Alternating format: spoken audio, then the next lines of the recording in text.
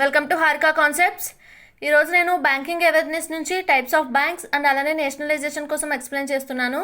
And ఎవరైనా first time నా channel చూస్తూ ఉంటే సబ్స్క్రైబ్ చేయండి. మీ ఫ్రెండ్స్లో ఎవరైనా కాంపిటేటివ్ ఎగ్జామ్స్కి ప్రిపేర్ అయ్యే వాళ్ళు ఉంటే షేర్ చేయండి. అండ్ వీడియో మొత్తం చూసిన తర్వాత వీడియో ఎలా ఉందనేది కామెంట్ చేయండి. ఓకే, సో ఫస్ట్ చూడండి టైప్స్ ఆఫ్ బ్యాంక్స్. మనకి బ్యాంక్స్లో డిఫరెంట్ టైప్స్ ఉంటాయి. సో ఫస్ట్ కార్పొరేట్ బ్యాంకింగ్, దాన్ని మనం హోల్సేల్ బ్యాంకింగ్ అని కూడా అంటాం. అంటే ఏంటంటే if the banking services offer to corporates, ఒకవేళ సర్వీసెస్ అనేవి ఓన్లీ కార్పొరేట్స్ కానీ ఆఫర్ చేస్తే దాన్ని మనం corporate banking or wholesale banking అంటాం. Okay, next retail banking, services offer to individuals. అంటే ఏంటి, మనం కూడా ఇందులోకి వస్తాం రీటైల్ బ్యాంకింగ్లోకి. ఎందుకంటే ఇండివిజువల్స్ అంటే ఎవరికి వాళ్ళకి సపరేట్గా అనమాట, ప్రతి ఒక్కరికి ఆఫర్ చేస్తుంది, అది retail banking. Okay, next unit banking. మనకి ఈ యూనిట్ బ్యాంకింగ్ అనేది మన ఇండియాలో ఎక్కువ మనం చూడం. ఈ యూనిట్ బ్యాంకింగ్ అనేది మనకి యూఎస్ఏలో చాలా పాపులర్. అంటే సింగిల్ బ్రాంచ్ ఉంటుంది. అంటే ఇప్పుడు ఎస్బీఐ ఉందనుకోండి మనకి ఇండియాలో, సో ఎస్బీఐ బ్రాంచెస్ అనేది మనకి డిఫరెంట్ సిటీస్లో ఉంటాయి, అంతే కదా. ఇప్పుడు ఎక్కడైనా ఉంటుంది ఎస్బీఐ బ్యాంక్ అనేది మన ఇండియాలో. బట్ అలా చూసుకుంటే ఇది ఒక బ్యాంక్ ఉందనుకోండి, సంథింగ్ ఏదో బ్యాంక్, బట్ ఆ బ్యాంకింగ్ అనేది ఓన్లీ సింగిల్ బ్రాంచ్ ఉంటుంది. ఓకే, దాన్ని మనం యూనిట్ బ్యాంకింగ్ అంటాం. So banking services offered by single branch is called unit banking. Okay, next branch banking. Branch banking అంటే ఏంటంటే banking services offered by more branches. చాలా branches ఉంటాయి. అంటే ఇప్పుడు ఏదైనా ఒక హైదరాబాద్ తీసుకున్నది అనుకోండి, అందులో చాలా ఉంటాయి కదా, కుకట్పల్లి బ్రాంచ్, అమీర్పేట్ బ్రాంచ్, అలా డిఫరెంట్ బ్రాంచెస్ ఉంటాయి కదా. సేమ్ బ్యాంక్ నేమ్ ఒకటే బట్ బ్రాంచెస్ వేరు, సో దాన్ని మనం బ్రాంచ్ బ్యాంకింగ్ అంటాం. Next group banking.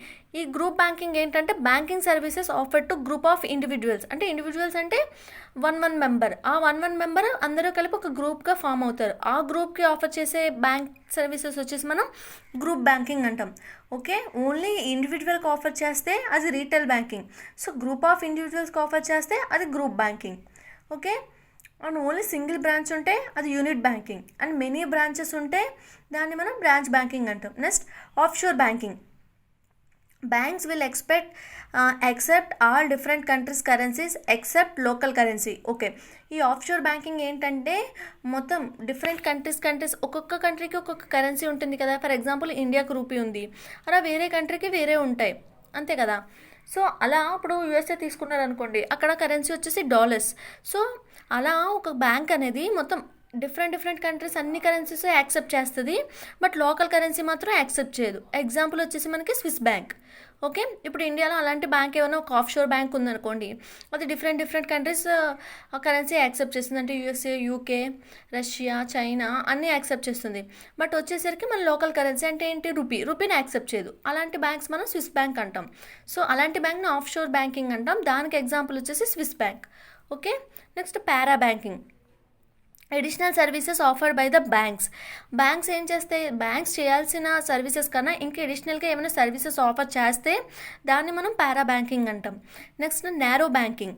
Large portion of deposits will invest in government securities. Okay, so narrow banking చేయడానికి మెయిన్ పర్పస్ ఏంటంటే రిస్క్ ఫ్యాక్టర్ తగ్గించవచ్చు అనమాట. దీనివల్ల మనకి రిస్క్ ఉండదు, ఎందుకంటే గవర్నమెంట్ సెక్యూరిటీస్లోనే డిపోజిట్ చేస్తున్నాం కాబట్టి మనకు అంత రిస్క్ ఉండదు. ఓకే, సో అది ఏమైనా గవర్నమెంట్దే కదా బాధ్యత. సో అందుకని దాన్ని నారో బ్యాంకింగ్ అంటాం. సో ఇందులో మనకి రిస్క్ ఫ్యాక్టర్ ఎక్కువ ఉండదు నారో బ్యాంకింగ్లో. Next shadow banking. Services offered by NBFCs అంటే ఏంటి, non banking financial companies. Okay, ఆ బ్యాంక్స్ ఆఫర్ చేసే సర్వీసెస్ని మనం షాడో బ్యాంకింగ్ అంటాం. ఇప్పుడు మనకి ఎన్బిఎఫ్సిస్ అంటే ఏంటో తెలియాలి. బ్యాంక్ ఎన్బిఎఫ్సిస్కి బ్యాంక్ అండ్ ఎన్బిఎఫ్సిస్ రెండు సర్వీసెస్ ఆఫర్ చేస్తాయి, బట్ వాటికి మేజర్ డిఫరెన్సెస్ ఏంటంటే ఎన్బిఎఫ్సిస్ అనేవి తన ఓన్ నేమ్తో చెక్స్ని ఇష్యూ చేయదు. ఇప్పుడు ఏదైనా మనకి చెక్ కావాలనుకోండి, ఇప్పుడు ఎస్బీఐకి వెళ్తే ఎస్బీఐ నేమ్తో చెక్ ఉంటుందా, అలా వేరే బ్యాంక్ ఏదైనా వెళ్ళారనుకోండి, ఒకవేళ ప్రైవేట్ సెక్టర్ బ్యాంక్స్ అయినా ఐసిఐసి అనుకోండి, ఐసిఐసి నేమ్తో చెక్ ఉంటుంది. అట్లా కాకుండా ఈ ఎన్బిఎఫ్సిస్ ఏంటంటే తన నేమ్తో ఓన్ నేమ్తో చెక్స్ అనేవి ఇష్యూ చేయవు. ఓకే, అండ్ అలానే డిమాండ్ డిపాజిట్స్ అనేవి యాక్సెప్ట్ చేయదు ఈ ఎన్బిఎఫ్సిస్. ఓకే, అది బ్యాంక్స్కి, నార్మల్ బ్యాంక్స్కి అండ్ ఎన్బిఎఫ్సిస్ బ్యాంక్స్కి డిఫరెన్స్. సో అందుకే మొత్తం ఈక్వలే మొత్తం, కాకపోతే కొంచెం మైనర్ డిఫరెన్సెస్ ఉన్నాయి బ్యాంక్కి ఎన్బిఎఫ్సిస్కి. సో అందుకని దీన్ని మనం షాడో బ్యాంకింగ్ అంటాం. సో షాడో అంటే దీనికి నీడ్ ఎలా అంటారు కదా, సో అట్లానే మీనింగ్ వస్తుంది. కాకపోతే కొంచెం మైనర్ డిఫరెన్సెస్ ఉన్నాయి. అంటే ఏంటి, తన ఓన్ నేమ్తో చెక్స్ ఇష్యూ చేయదు, అలానే డిమాండ్ డిపాజిట్స్ అనేది యాక్సెప్ట్ చేయదు ఈ ఎన్బిఎఫ్సిస్ అనేది. ఓకే, ఎన్బిఎఫ్సిస్ అంటే non banking financial companies. Okay, so next banking చూద్దాం. Next Islamic banking services offered as per Islamic law. అంటే ఏంటిది, ఒక ఇస్లామిక్ లా ద్వారా ఇది సర్వీసెస్ ప్రొవైడ్ చేస్తుంది. అంటే దాన్ని షరియా అంటామంట.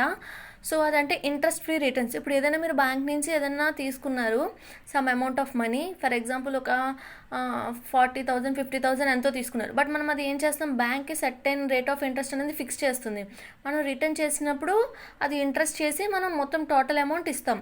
బట్ ఇక్కడ ఈ ఇస్లామిక్ బ్యాంకింగ్లో ఇంట్రెస్ట్ ఫ్రీ రిటర్న్స్. ఇప్పుడు మీరు 40,000 తీసుకున్నారు అనుకోండి బ్యాంక్ నుంచి, రిటర్న్ చేసినప్పుడు ఆ 40,000 రిటర్న్ చేస్తాం. ఓకే, అది ఇస్లామిక్ బ్యాంకింగ్. సో దాన్ని మనం షరియా అంటారంట వాళ్ళు, ఇంట్రెస్ట్ ఫ్రీ రిటర్న్స్. ఓకే, షరియా అంటే మీనింగ్.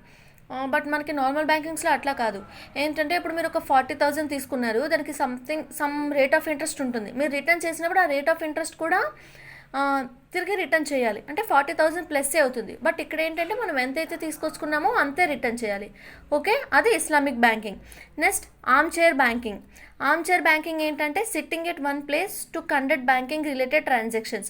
అంటే మనం ఉన్న ప్లేస్ నుంచి ట్రాన్సాక్షన్స్ అనేవి చేసుకోవచ్చు. ఇప్పుడు for example Google Pay, PhonePe, Paytm ఇవన్నీ ఆర్మ్ చైర్ బ్యాంకింగ్లోకి వస్తాయి. ఓకే, అంటే మనం డైరెక్ట్గా ఫిజికల్ కాంటాక్ట్ అవసరం లేదు మనకి బ్యాంక్తో. మనం ఉన్న ప్లేస్ నుంచి మనం ట్రాన్సాక్షన్స్ అనేవి చేయొచ్చు. దాన్ని మనం ఆర్మ్ చైర్ బ్యాంకింగ్ అంటాం. ఓకే, నెక్స్ట్ కోఆపరేటివ్ బ్యాంకింగ్ అంటే ఏంటంటే banking services offered as per cooperative society norms. Something ఏవో కోఆపరేటివ్ సొసైటీ నామ్స్ ఉంటాయి, వాటి ద్వారా ఇవి బ్యాంక్ అనేది తన యొక్క సర్వీసెస్ని ఆఫర్ చేస్తుంది పీపుల్కి. దాన్ని మనం కోఆపరేటివ్ బ్యాంకింగ్ అంటాం. సో ఇది టైప్స్ ఆఫ్ బ్యాంక్స్. ఓకే, ఇవి మనకి చాలా చాలా ఇంపార్టెంట్ టైప్స్ ఆఫ్ బ్యాంక్స్ అనేవి. ఓకే, అండ్ మనకి ఇక్కడ నీకు ఒక పాయింట్ చెప్పాను నేను, ఎన్బిఎఫ్సిస్ అని. ఎన్బిఎఫ్సిస్ అంటే ఏమీ లేదు, non banking financial companies. Okay, దానికి అండ్ నార్మల్ బ్యాంక్స్కి డిఫరెన్స్ చెప్పాను కదా, అంటే దాని పేరు మీద అది చెక్స్ అనేది ఇష్యూ చేయదు. అండ్ అలానే డైరెక్ట్ డిపాజిట్స్ అనేవి అండ్ డిమాండ్ డిపాజిట్స్ కూడా యాక్సెప్ట్ చేయదు. ఏంటంటే NBFCs. Okay, next nationalisation.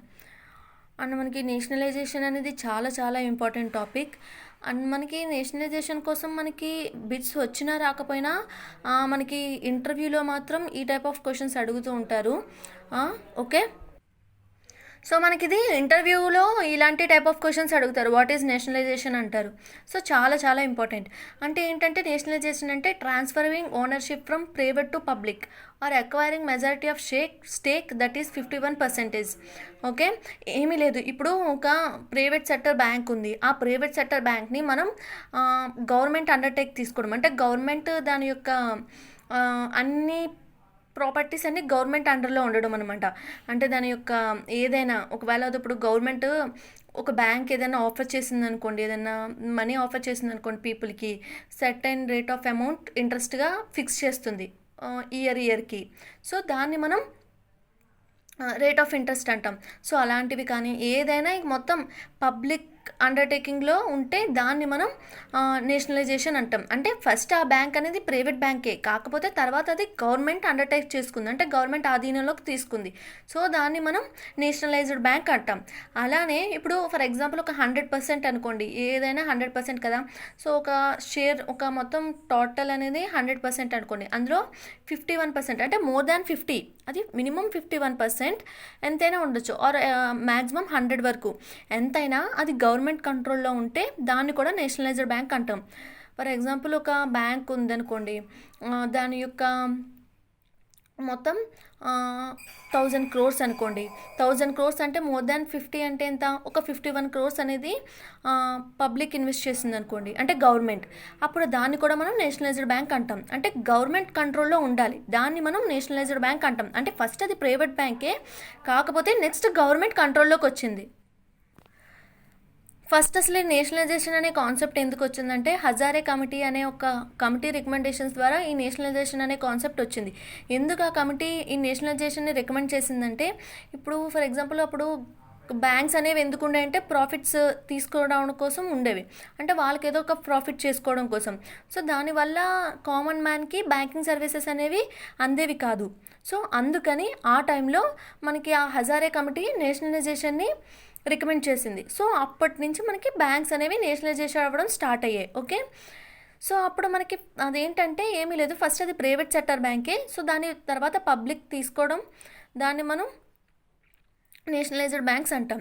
For example ఒక బ్యాంక్లో more than 50%, minimum more than 50%, maximum 100% వరకు ఎంతైనా స్టేక్ గవర్నమెంట్కి ఉంటే దాన్ని కూడా మనం నేషనలైజ్డ్ బ్యాంక్ అంటాం. ఓకే, ఫస్ట్ ఇండియాలో 14 బ్యాంక్స్ అనేవి నేషనలైజ్ అయ్యాయి. ఎప్పుడంటే 19th July 1969. Okay, so first 14 banks were nationalised. ఇది మాత్రం నేను చాలా బిట్స్ చూశాను, ఫస్ట్ ఇండియాలో ఎన్ని బ్యాంక్స్ నేషనలైజేషన్ అయ్యాయి ఆర్ ఎల్స్, లేదంటే ఏ ఇయర్లో అయ్యాయి, ఆర్ డేట్ కూడా చాలా ఇంపార్టెంట్. 19th July 1969లో 14 బ్యాంక్స్ అనేవి నేషనలైజ్ అయ్యాయి.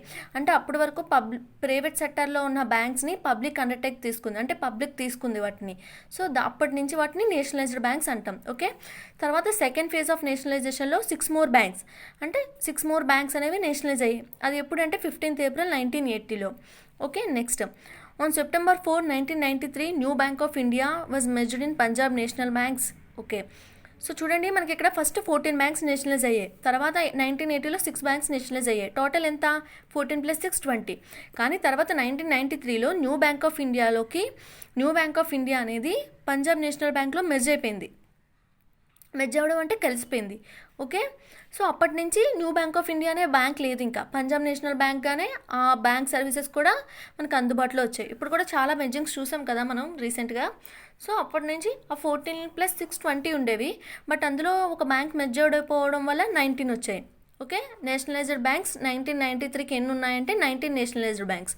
ఓకే, సో ఇప్పుడు మనం ప్రెజెంట్ చూసుకుంటే total public sector banks in India అంటే 19 నేషనలైజ్డ్ బ్యాంక్స్ ఇక్కడ ఉన్నాయి కదా, 19 nationalised banks plus IDBI bank and BMB bank. BMB bank అంటే భారతీయ మహిళా బ్యాంక్ అనమాట. సో ఈ భారతీయ మహిళా బ్యాంక్ అనేది ఫస్ట్ ఉమెన్ బ్యాంక్ అనమాట మనకి.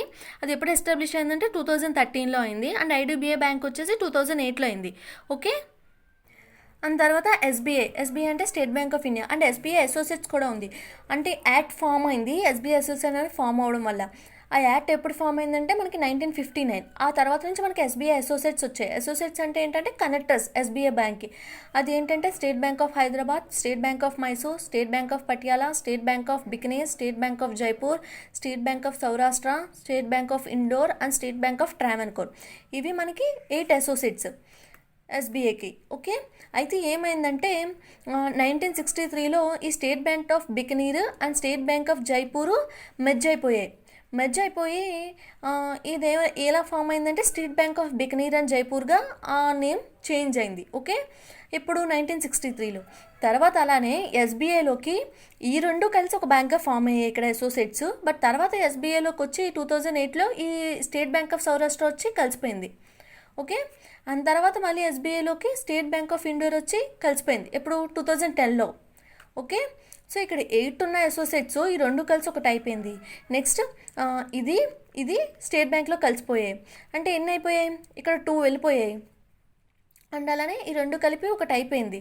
ఓకే, 8లోంచి అంటే 5 అయిపోయాయి అంతే కదా, 3 తీసేసాం. ఈ రెండు కలిపి ఒకటి అయిపోయింది, 2 వెళ్ళిపోయాయి. సో 5 అసోసియేట్సే ఉన్నాయి ఇప్పుడు స్టేట్ బ్యాంక్ ఆఫ్ ఇండియాకి. అండ్ April 1, 2017 5 అసోసియేట్ బ్యాంక్స్ అంటే చెప్పాను కదా, ఇంకా 5 కదా ఏమున్నాయి? State bank of Hyderabad, state bank of Mysore, state bank of Patiala and state bank of Bikaner and Jaipur and state bank of Travancore. ఈ రెండు లేవు, ఎందుకంటే మధ్య అయిపోయి ఎస్బీఐలోకి, అవి అసోసియేట్స్గా లేవు. ఓకే, అవి and Bharatiya Mahila bank BMB bank చెప్పాను కదా, ఫస్ట్ ఉమెన్ బ్యాంక్ ఎప్పుడు ఫామ్ అయింది 2013లో. ఈ రెండు కూడా ఈ 5 అసోసియేట్ బ్యాంక్స్ అండ్ ఈ బ్యాంక్ కూడా వచ్చి ఎస్బీఐలో మెర్జ్ అయిపోయింది. ఓకే, సో ఈ 5 అసోసియేట్స్ కూడా లేవు. అండ్ భారతీయ మహిళా బ్యాంక్ కూడా ఎస్బీఐలో మెర్జ్ అయిపోయింది. ఓకే, ఇప్పుడు April 1, 2017లో. అండ్ April 1, 2019ని Vijaya Bank plus Dena Bank ఈ రెండు 2 బ్యాంక్స్గా అప్పటి వరకు ఎగ్జిస్టెన్స్లో ఉన్నాయి. తర్వాత April 1, 2019 ఆ రెండు కలిసి బ్యాంక్ ఆఫ్ బరోడాలో కలిసిపోయాయి. ఓకే, నెక్స్ట్ ఇవన్నీ ఎప్పటి వరకు అంటే April 1, 2020 వరకు. ఎన్ని టోటల్ పబ్లిక్ సెక్టర్ బ్యాంక్స్ ఉన్నాయంటే టోటల్ 17 ప్లస్ ఎస్బీఐ అంటే ఎన్ని ఉన్నాయి? 18 ఉన్నాయి. ఓకే, సో ఎన్ని ఉన్నట్టు 17 + 1 18. ఓకే, 17 ఆల్రెడీ మీకు చెప్పాను కదా నేను. సో అది 18 పబ్లిక్ సెక్టర్ బ్యాంక్స్ ఉన్నాయి. ఎప్పుడు? బిఫోర్ April 1, 2020 వరకు. ఓకే, ఐ హోప్ అందరికీ అర్థమయ్యే ఉంటుంది అనుకుంటున్నాను. ఎవరికైనా ఏమైనా డౌట్స్ ఉంటే కామెంట్ సెక్షన్లో మెన్షన్ చేయండి. అండ్ అలానే వీడియో ఎలా ఉందో కూడా కామెంట్ సెక్షన్లో రిప్లై ఇవ్వండి. అండ్ వీడియో నచ్చితే మాత్రం లైక్ చేయండి. Okay, thank you. And further videos follow అవుతూ ఉండండి. కంటిన్యూషన్ నిన్న ఫర్దర్ వీడియోస్లో చేస్తాను. Thank you.